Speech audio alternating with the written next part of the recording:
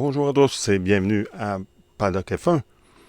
Aujourd'hui, une petite capsule, encore un fun fact, un fait cocasse de la Formule 1. Il s'agit d'un pilote qui a pratiquement poussé Lotus à la faillite. Là, vous allez me dire, c'est un pilote qui était tellement pas bon qu'il a détruit plein de voitures, qui a coûté des millions de dollars en réparation à l'écurie et à la compagnie. Eh bien non, c'est pas ça, c'est le contraire. C'est un pilote qui était trop bon et qui a été sous-estimé par l'écurie Lotus. Et je parle bien sûr de Kimi Raikkonen, qui est un pilote finlandais qu'on appelait The Iceman parce qu'il semblait imperturbable et il ne semblait pas avoir d'émotion. Raikkonen qui va commencer sa carrière en Formule 1 en 2001 avec Sauber, avec qui il va amasser seulement 9 points. Par la suite, va signer chez McLaren de 2002 à 2006 parce que McLaren le voit comme le prochain Mika Hakkinen, le nouveau Mika Hakkinen, Mika Hakkinen qui a fait les belles années de McLaren à une certaine époque. Mais sa meilleure saison va être en 2005 où il va terminer deuxième au championnat. De 2007 à 2009, il va courir pour Ferrari. Donc, il va d'ailleurs devenir champion du monde en 2007 dans sa première saison chez Ferrari. D'ailleurs, c'est le dernier pilote Ferrari à avoir été sacré champion du monde. Il va quitter Ferrari finalement en 2009. 2010-2011, bon, il a négocié avec certaines écuries, il ne s'entendait pas.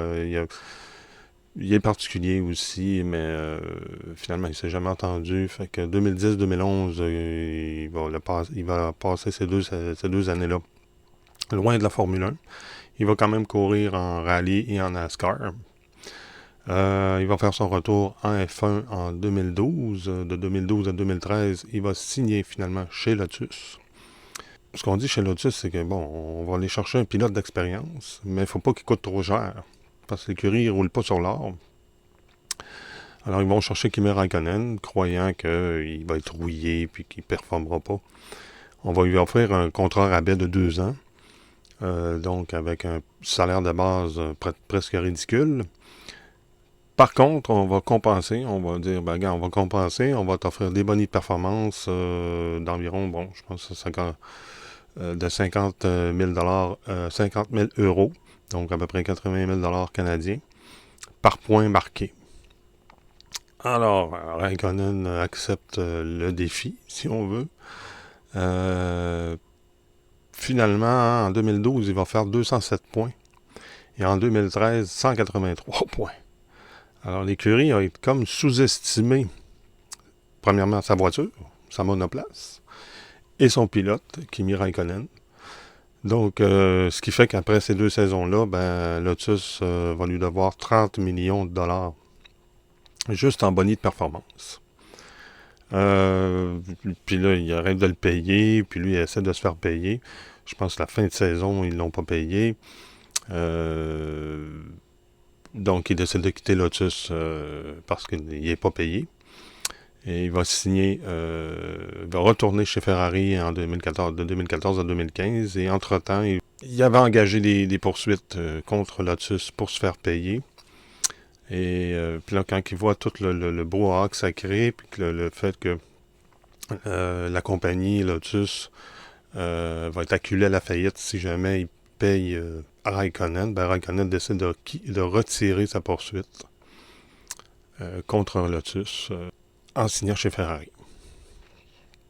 Chez Ferrari, il n'y aura pas les succès de ses premières années chez Ferrari. Par la suite, ben, Lotus va redevenir Renault en 2016 et Alpine en 2021. Et Raikkonen va terminer sa carrière en F1 avec Sauber, donc avec l'écurie avec qui il a commencé, qui était devenu à cette époque-là Alfa Romeo, de 2019 à 2021. Ceux qui ne connaissent pas Raikkonen, c'est un pilote, c'est un homme assez particulier. C'est tout un bonhomme. Moi, je l'adorais. J'irais voir là, sur TikTok ou YouTube, il y a plein de vidéos sur lui. Get my gloves and steering wheel. Gloves! Mark, gloves! Steering wheel. Gloves and steering wheel, here. Hey! Hey! Steering wheel, somebody tell him to give it to me. Come on! Move! But box. Stay out. Hey, stop! Late now! Say. Copy. Okay. No way, that was a good thing to come in. Okay, it's okay, Kimi. Okay, Kimi, next car behind you is Alonso. I'll keep you updated on the gap. I'll keep you updated on the pace. Just leave me alone, I know what to do. Okay, Kimi, we need to keep working all 4 tyres, please. Keep working all Yes, I'm doing all the time, so you don't have to remind every second.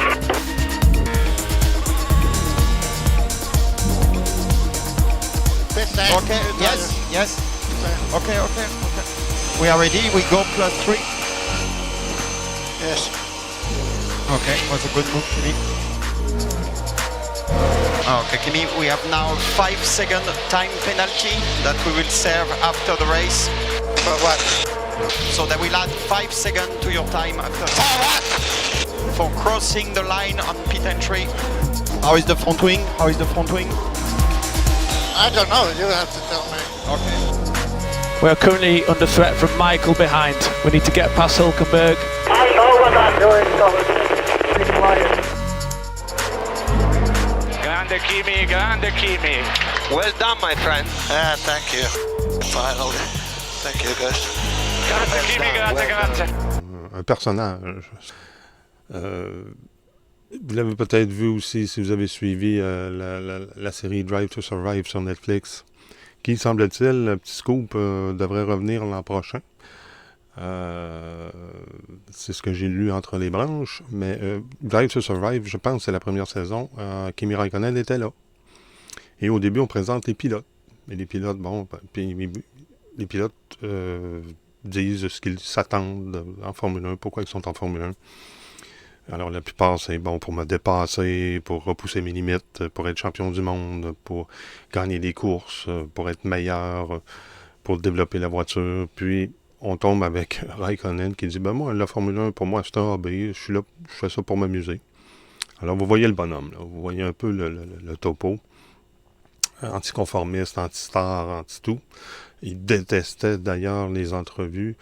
On le voit en entrevue, c'est oui et non, les réponses souvent. Donc, il détestait les entrevues, donner des entrevues.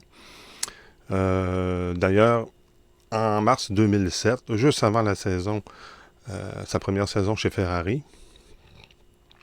Raikkonen avait fait une promesse à un de ses amis qui était promoteur d'une course de snowcross en Finlande, chez lui.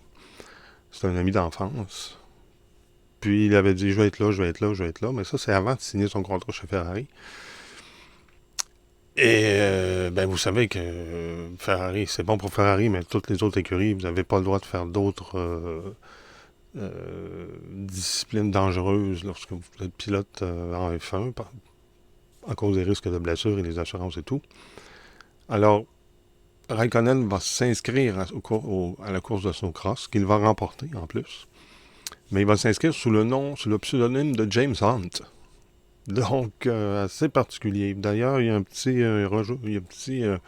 lien à faire entre ces deux pilotes-là. James Hunt, qui est un pilote des années 70, en plus, qui a été aussi commentateur au réseau britannique avec Murray Walker, si je ne me trompe pas, et qui était excellent, qui était bon, et qui était un peu comme lui, anticonformiste. Lui, par exemple, c'était vraiment un playboy. On l'a vu souvent en bédaine, sur la bord des circuits, donc c'est ça. Donc, un peu le même genre.